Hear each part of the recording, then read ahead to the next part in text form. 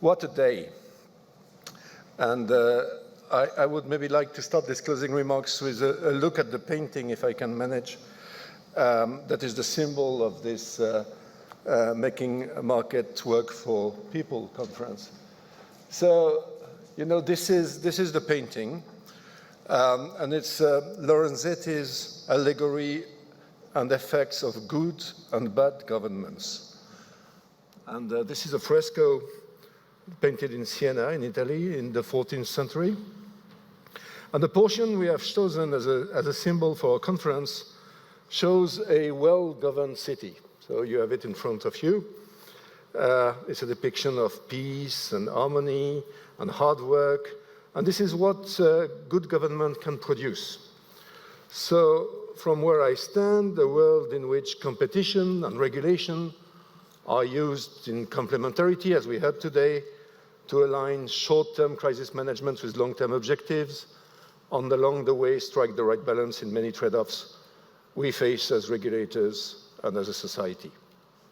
So this idea, which expresses in modern vocabulary a challenge that is really not new, came forward in the first panel shared this morning by Margrethe Vestager, and I think it has been a guiding thread throughout the day. So if you go to the other side of the image, this is what is painted on the opposite wall in Sala della Pace in Siena. And of course, it's a very different story that is at play. Here you see the little devils, fire, violence, death. And these are the effects of bad governments.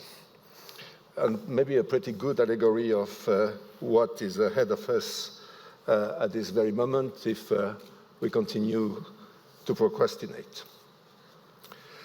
So the question is just as topical now as it was in the 14th century. What makes good government? And how can we ensure that good government, so good policy action, makes markets work for people? So as Margrethe put it this morning, the thing that we are building and maintaining with well-functioning markets is the well-being of our people. But of course, the well-being of our people has many dimensions, and Jean Tirole this morning made a quite powerful presentation, which maybe I could sum up using his own words. Mission-oriented agencies are effective but narrow-minded. So expanding missions makes for more open-minded, but less effective enforcement. Goals become fuzzy, and independence becomes at risk. In other words, this is a strong plea that we heard in favor of a principle that another Nobel laureate, Robert Mundell, popularized. It is optimal to affect only one objective to one instrument, if you want to be successful. The first panel, moderated by Margrethe, revolved around that theme and explored a number of different dimensions of it.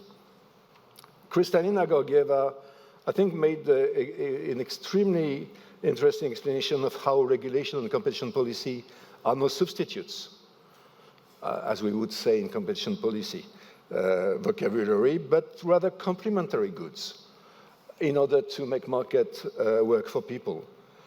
She explained that competition policy should ensure the best possible framework conditions, while regulation should set the right incentives to get markets to deliver the socio-political optimum.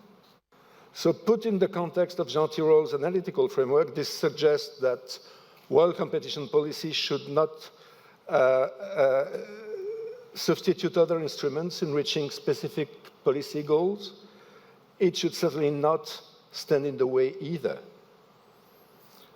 A plea that was echoed by Anu Bradford this afternoon, taking digital markets and the Digital Market Act as an example of complementarity between competition policy and regulation. Many other speakers, Monique in particular, made that point as well. Nadia Calvino approached that same issue, making the point that competition policy cannot work in isolation and avoid deciding on some key trade-offs.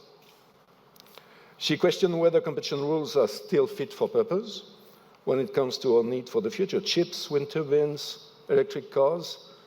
And she pleaded for a strategic approach to value chain, reliability and security of supply, taking a different approach than Professor Tirole.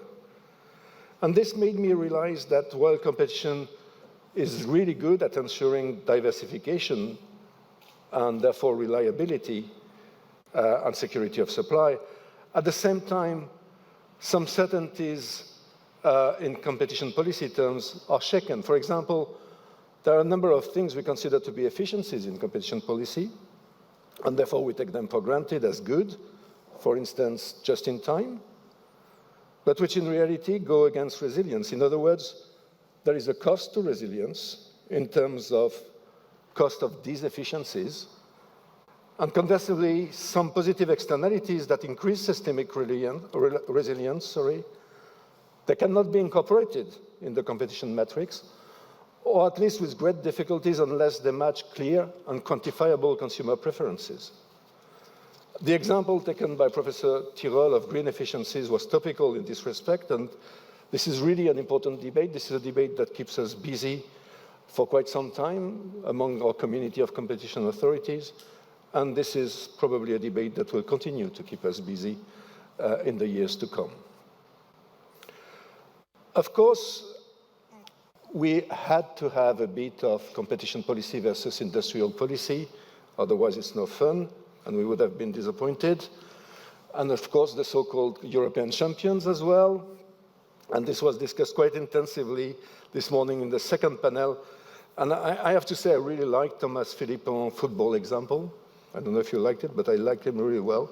Because like him, I've never seen a sprinter winning the 100 meters race in the Olympics while having avoided for the 4 previous years very carefully to meet any competitor. Usually, it's not the best strategy to win, and in the economic world, it's pretty much the same. It goes back to another trade-off, of course, which Nadia front-loaded, which is the short-term versus long-term trade-off. And Margaret asked earlier this morning, do we want cheap solar panels from China now, or good and affordable solar panels from Europe in a few years?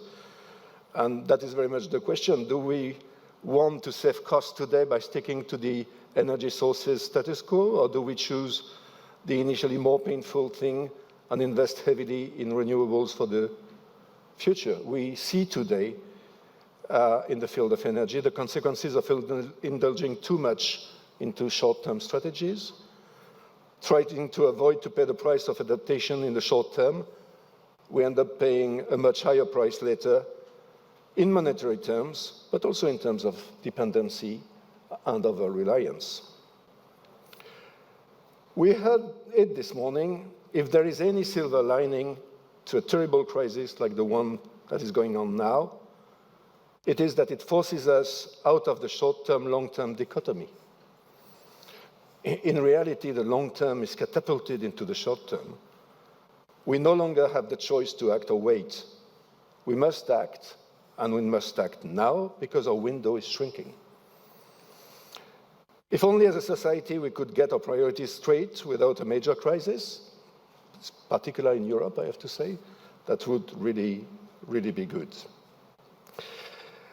And for this, of course, we need a strong competition policy alongside sound regulatory frameworks. And we heard it this afternoon from Monique Goyens, the head of BUC. Consumers rely on us to provide them with safeguards. But while we act to address the various crises we find ourselves in, and while we make our choices in each of these trade-offs, we still must keep the playing field leveled for everyone in the EU. And Margaret said it in the opening speech this afternoon. In the EU, we have each other, and in the end of the day, the single market as our greatest asset. So we must, as competition authorities, remain grounded, focused, and stick to the core mission. And while doing just this, we should not, and we cannot stand in the way of other policy tools that pursue other valid policy interests, of course. But we should not try to solve every problem under the sun with competition policy tools either. That would be my conclusion from the day. I would borrow it from Fiona Scott-Morton just a few minutes ago when she said competition still matters, but the rules are important. I think that's clear. Ladies and gentlemen, this was a really rich day, and I'm very grateful to Margrethe for having taken the initiative to host this conference at this very point in time. And we heard it all the day. It's a very good time to have this conference. So it was really good. Well, I'm super grateful to our speakers. A number of them came from really far to be with us. So that's an effort we're very sensitive to. We're grateful for them having shared their insights today in what was a really incredibly bright lineup of speakers, and that fueled fluid, passionate, and passionating debates. And it is so important for us as competition enforcers to encourage lively debates on what we are doing and to take an active part in it. It is so important at a time where fears are feeling and feelings of withdrawal are increasingly powerful, to hear voices stating very simple facts like we will need a lot of innovation and a lot of disruptive innovation to meet the considerable challenges we face, and clearly competition does that better than other forms of organization of market. And although we are continuously very busy with our day-to-day business of enforcing competition rules, we really must regularly take a moment to confront views, be challenged, and take stock. A moment to reflect on what our greater objectives are, and at the same time communicate to the people we work for, all of you in the audience and online. Finally, I would like to address a very warm thanks to the organizing team, and I would like to call them on stage and give them a very warm round of applause, please. Please welcome Jory, Clara, Ubaldo, Davide, and of course the boss, Alexander. Where is Alexander? As well as our colleagues from the TIC of TIPIC. And the last thing they have prepared for you is a great cocktail, so meet you there. Thank you.